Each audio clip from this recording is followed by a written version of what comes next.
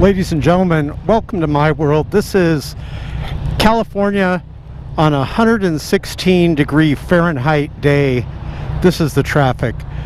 And today, I am so dedicated to proving the fact that atheism is a madness that I'm out here on a 116-degree Fahrenheit day to do just that. So I have here in my formally Bible page turning fingers 6 stupid things that atheists always say. We're going to go through them. Let's get going. We are on the Kawasaki Z1000, which is a product of intelligent design. Folks, if I were to ask you, do you think this motorcycle just popped into existence uncaused for no purpose? Would you say that's true? Or what if I told you, visor closed, that this was a product of intelligent design? You know, obviously it has the motor, it has the throttle, it has the speedometer, has coolant so it doesn't overheat, fuel injection, and what we're doing right now is lane splitting, by the way. And what if I asked you, well, what about you, the viewer of this video? Do you believe you are the product of intelligent design? If you've already committed that, hold on, this dude wants to get over here. If you've already committed to the fact that this motorcycle is a product of intelligent design, you must commit to the fact that you, the viewer, are a product of intelligent design. Oh, by the way, it tells us to get off here, because you, the viewer, are well over 1 million times more complex than this motorcycle. Do you know that you, the viewer, have trace elements from the earth within your body? Do you know this motorcycle also has trace elements within itself from the earth within its body? But there's one thing that you have among many things that you have that this motorcycle doesn't have. You have a free will, and you have a mind where you can reason and come to things that are logical. So, hold on. So what we're going to do is try to unbrainwash the atheists. I have been successful in unbrainwashing many atheists every single month, because I myself, folks, used to be a snot-nosed, pimple-faced, stupid atheist. That's right, folks. But then I grew up, and I took off the Sears or JCPenney tough skin jeans, and I put on the good old American Levi's. Of course, today we have shorts on because 116-degree Fahrenheit, but you know what? Hell is going to be a lot more tormentuous. So let's start off with number 1 of 6 things. Don't you find it a coincidence that there's 6 things? The number of the beast, 6 crazy things that atheists say. Let's start off with number 1, where the atheists will say that Christians have no evidence for the existence of God. But you know what? As I tap my finger to the GoPro, which is seated on my chin, ever so securely, we hope, I've watched many debates, and every debate I watch between atheists and Christians, it is the Christians. They are the Christians that bring the evidence, and the atheists bring nothing. For example, right below this video, I'm going to put a debate where Pastor Cliff provides evidence for his side of the argument, Christianity, but the other guy, the atheist, of course, now Matt Dillahunty is saying that God can exist. The Christian God can exist. He's on record saying that. So he's an agnostic now. So we're making progress with Matt. If Matt was here, I'd slap his little bald head on top in love and kindness, because I'd be like, remember that Benny Hill, that old show Benny Hill, where he'd slap the old man's top of his head? I would do that to Matt Dillahunty if he was here now, in love, because he's finally admitted that the Christian God can exist. You know, it's a weird sort of atheism that admits that. They should call it atheism, because atheism used to be the claim God doesn't exist. Now, according to Matt Dillahunty, atheism is the claim the Christian God can exist. So we're making inroads, folks. This is just funny. Hold on, we do want to make it through this light. Nice. Motorcycle rider up here. We're going to get over here. No, are you going over all lanes or just a few? Thank you for not killing me. So, look below here to see a debate where Matt Dillahunty loses and admits that God can exist, but when asked to provide evidence for his side of the argument, evidence that would show that atheism is true, that God doesn't exist. Why is the motorcycle guy standing in the pegs here? Matt Dillahunty said he doesn't have any evidence. So, folks, this is why I left atheism. If you look at both sides, Christianity has evidence. Atheism is a view of which there is no evidence. Extremely hot. Oh my gosh. My legs are like on fire. So let's see what this guy's on. I think he's on a 300. How you doing, brother? It's definitely a 300, but it's a R3. Yeah, I knew it. So, it is so hot, I'm telling you. Anyways, I even have a cooling vest. I'm going to go because we've got some time to travel here. See you later, number 46. You know what number 46 is? The man, the legend, MotoGP racer, the doctor. So, folks, it is the atheists that believe in a view of which there is no evidence. Look right below here. Go to my blog, my debate blog, where you could see and hear many debates, also me in debate, as we show atheism and kindness and love, that atheism is madness. But you'll see Matt Dillahunty losing a debate as he admits he has no evidence that would finally at last prove that atheism is accurate and correct.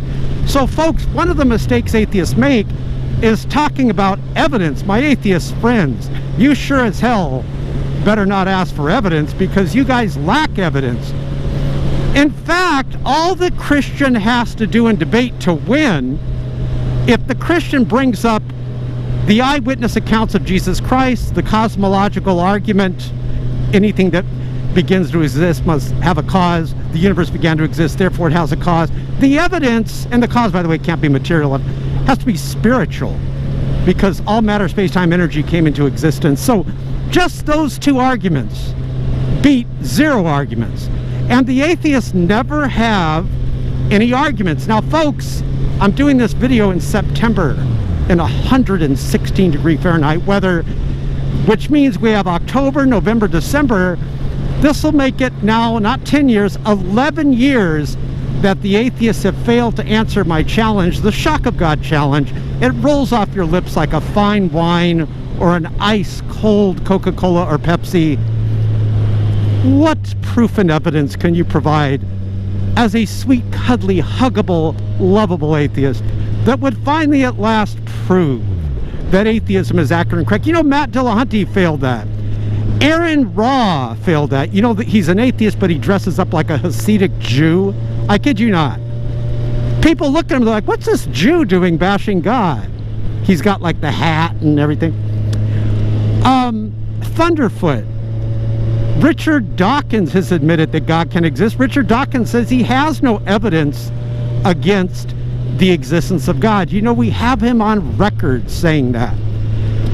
Richard Dawkins is terrified to debate the #1 debater, Christian debater in the world, Dr. William Lane Craig, in a one-on-one debate.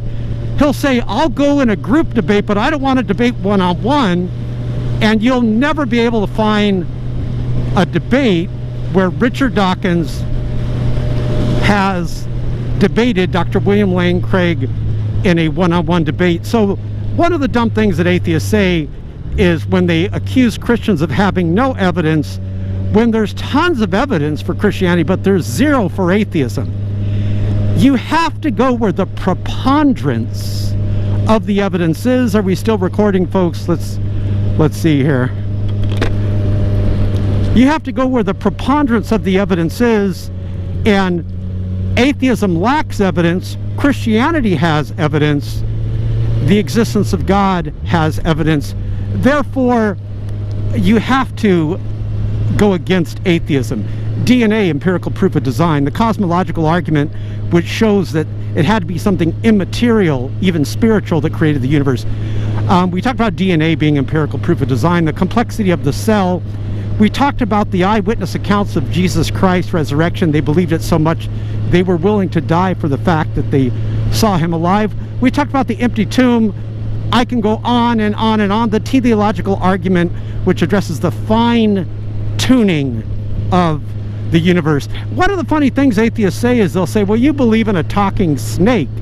But the atheists themselves admit that they're just evolved animals that talk. So the atheist is committed to believing in talking animals. And if you've ever wanted to see an ass talk, trust me, you can see an ass talk if you watch these atheists in debate. One of the other stupid things that atheists do is they bash God, but they never bash Satan. I think this proves whose side they're on. You notice that? You will find 0 videos here on YouTube, my fellow viewer of this video, bashing Satan. But you will find thousands. You'll never get finished counting the videos that are bashing God by atheists. Why are atheists so angry with God, but they're not angry with Satan? It could be because homosexuality is a sin, and homosexuality is running rampant in the limp-wristed atheist community. So that's the second thing that atheists do, which is stupid. They bash God, but never Satan. One of the things atheists do is they'll say because they reject evidence for God's existence, therefore God doesn't exist. But this is just a false, irrational argument. For example, I have absolutely no evidence. I don't know this person in the vehicle in front of me. I have no evidence that they have a cell phone in their car, the SUV thing here.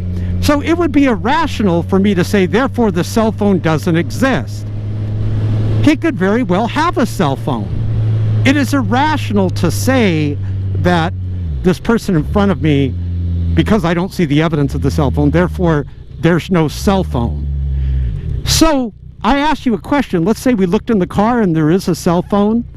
Was the cell phone existing even when we were denying the existence of the cell phone? Of course it was. Same thing with God. Because someone denies the existence of God and rejects evidence, absence of evidence is not evidence of absence. In other words, absence of evidence of the cell phone that this person has, or may not have, or has, is not then evidence that he doesn't have one. He may, or she may, well indeed, have one. So absence of evidence is not evidence of absence. What the atheists have to do, and this is why I'm saying they have an evidence problem, they have to show evidence that God does not exist. Now, the atheist will mistakenly say, well, I cannot show evidence that God cannot exist. You can't disprove a negative, but you can do this all the time. I can show evidence that we've never had a female president of the United States. I could show evidence we've never had a female vice president of the United States. I'm disproving a negative. All you have to do, atheists, can I educate you, as you guys would say? Can I educate you guys? Let me educate you guys. All you got to do to disprove something is show that it's self-contradictory. But the problem is, atheists have been trying for centuries to disprove the existence of the Christian God, and they've failed to do so. And this year, when it ends, that will mean 11 years that the atheists have failed to answer the Shock of God challenge with proof and evidence. They have failed to provide proof and evidence that atheism is accurate and correct, thereby making it not atheism, it's faiththeism. It's based on blind faith, folks. absence of evidence is not, therefore, evidence of absence. The cell phone could actually be there. Now, if I could produce a good argument against the cell phone being there and say I went and I looked in the entire car and ripped it apart and looked and I couldn't find it, okay, that's a good argument. But atheists can't use that argument. We know less than 1% of the entire universe. So how could atheists hypocritically say they've looked everywhere for God's domain, which is spiritual, by the way, and they can't find it? The atheists haven't even looked at 1% of just the universe, let alone the spiritual realm. Another thing too is atheists will be angry at God, and we're going to go right here. This is where it's telling us to go. And they will say that God should do this and God should do that. God should operate the world this way and operate the world another way. And let me go here. And what they'll do is they'll use the atheist standard instead of God's standard. And what they got to realize, my atheist friends, seriously, when you die, God's not going to go by your standard. Scripture says that atheists are fools. He's not going to be a fool. He's going to go by his standard. And in Romans, it says nobody will have an excuse. It says that they will have no excuse because they know that God exists. I have no doubt Richard Dawkins knows God exists. I'm not saying he worships God, but he has knowledge that God exists. Just because they lie, and we know atheists lie, and say that, hold on a second, we're going to go right here, and say that they don't know God exists, they're just suppressing the truth in unrighteousness. Like Scripture says, uh-oh, gravel. We got to go slow here. So much for going slow. We're going to park in the shade here.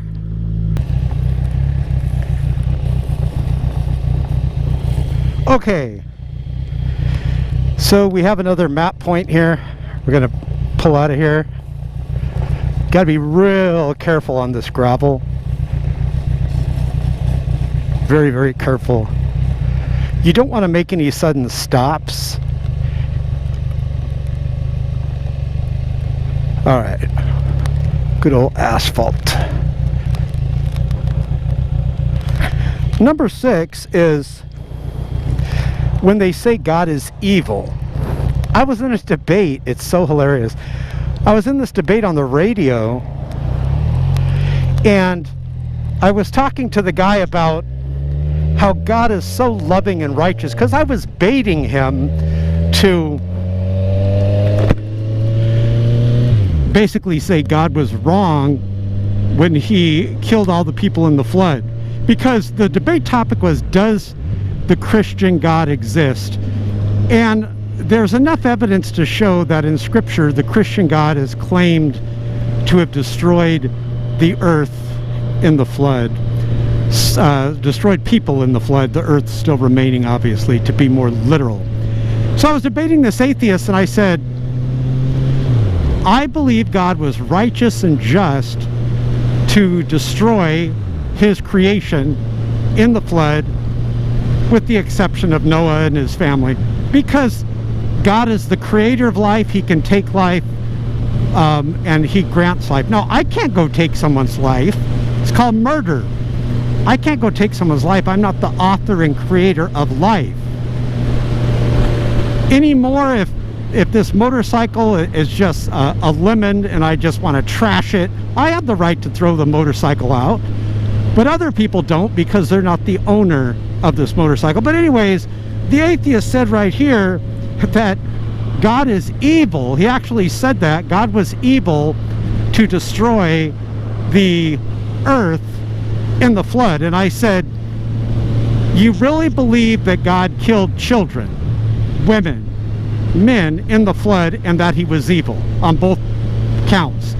He said, yes, I wouldn't have done that if I was God. And I said, well, ladies and gentlemen, I just won the debate, very humbly speaking, as I bow my head to the ground, because if God destroyed the earth in the flood, and we both agree he did, then he must exist. Case closed. I rest my case. All right, we're going to go right here. I'm going to give you some bonus stupid things that atheists say. When you ask atheists, well, how did everything get here? They'll say evolution, but that's not what evolution even claims. Evolution talks about things that are already created, and it only talks about how things change over time. And when you tell atheists that, they go, well, yeah, I'm not talking about abiogenesis. Well, let's talk about that then. There's nowhere the atheist can hide. Abiogenesis has been proven to be false because the, how would I say it, the atmosphere of the Earth, the conditions of the Earth in that pre-stage were as such that, here it is right here, all right, we're gonna have some beautiful views for you here, were as such as life could not survive. Scientists have already said that life would not survive in those conditions.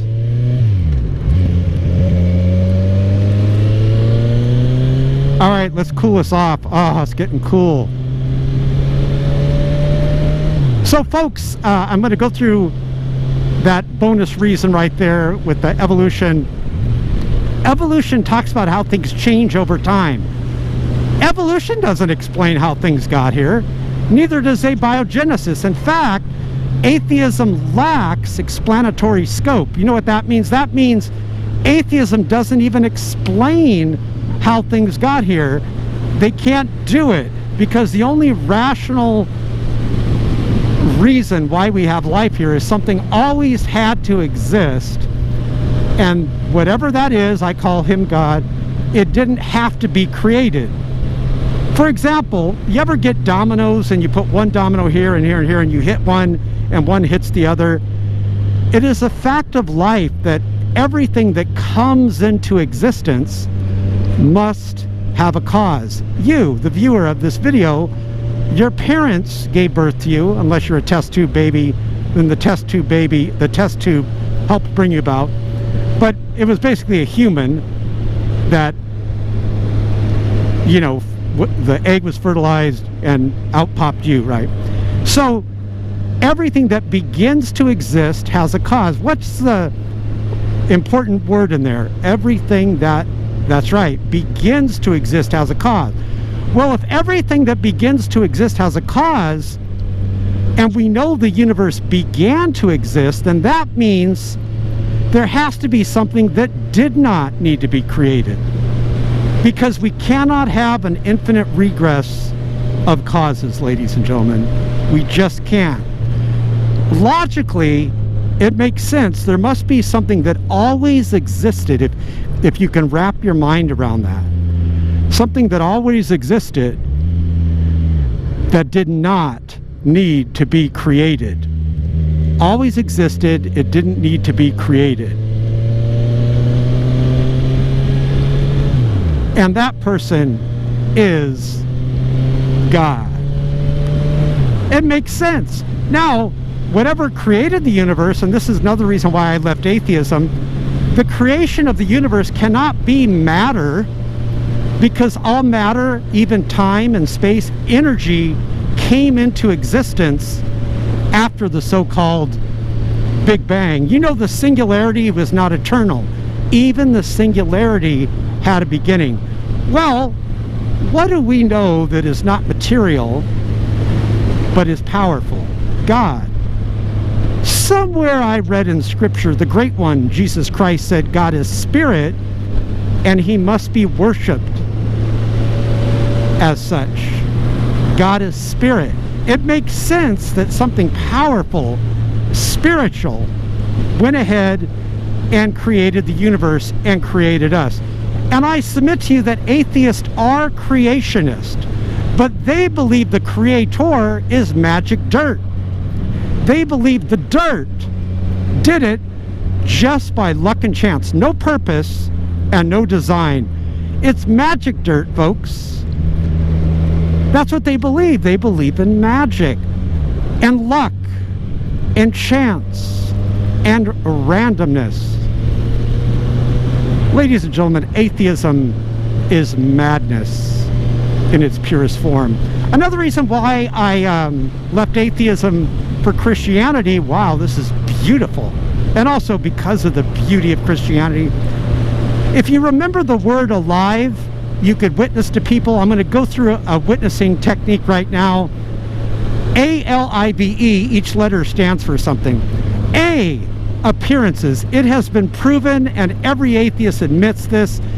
All the atheist biblical scholars admit that the disciples admitted that they saw appearances of Jesus Christ. They admitted it. You can say whatever it is, but they admitted they saw appearances of Jesus Christ. We're not going right here. Look at this beautiful winery. I don't really drink wine. I've had wine before, but I like the beauty of it. No, we're not going right here either. I'm trying to pull over, you know. The low status of women. You know, male chauvinists were normal. That was a normal thing back in those days.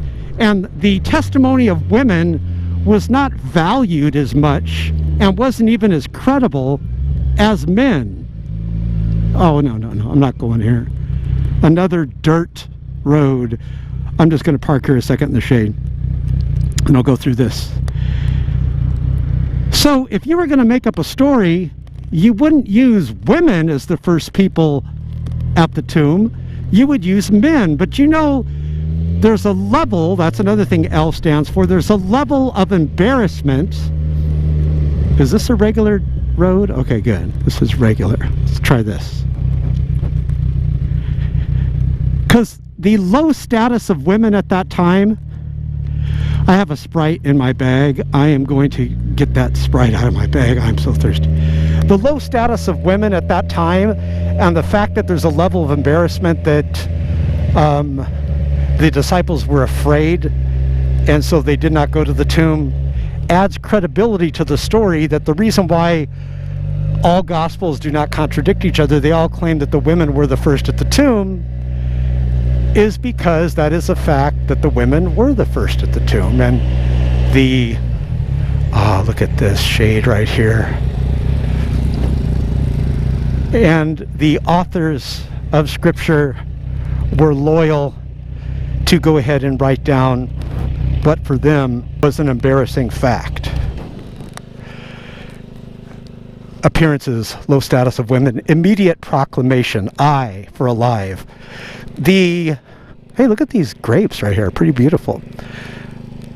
I gotta take this backpack off. The disciples started proclaiming that Jesus was risen immediately. There is no game of telephone where the story changed over time. Immediately, they were proclaiming Jesus had risen, and also that the disciples voluntarily suffered. They didn't have to, but they voluntarily suffered. And then, of course, they suffered for the fact that Jesus Christ had risen. And then, of course, folks, the empty tomb. Yes, folks, E is for the empty tomb. Jesus is alive. I know, and I know that Christianity is true. Thanks for watching.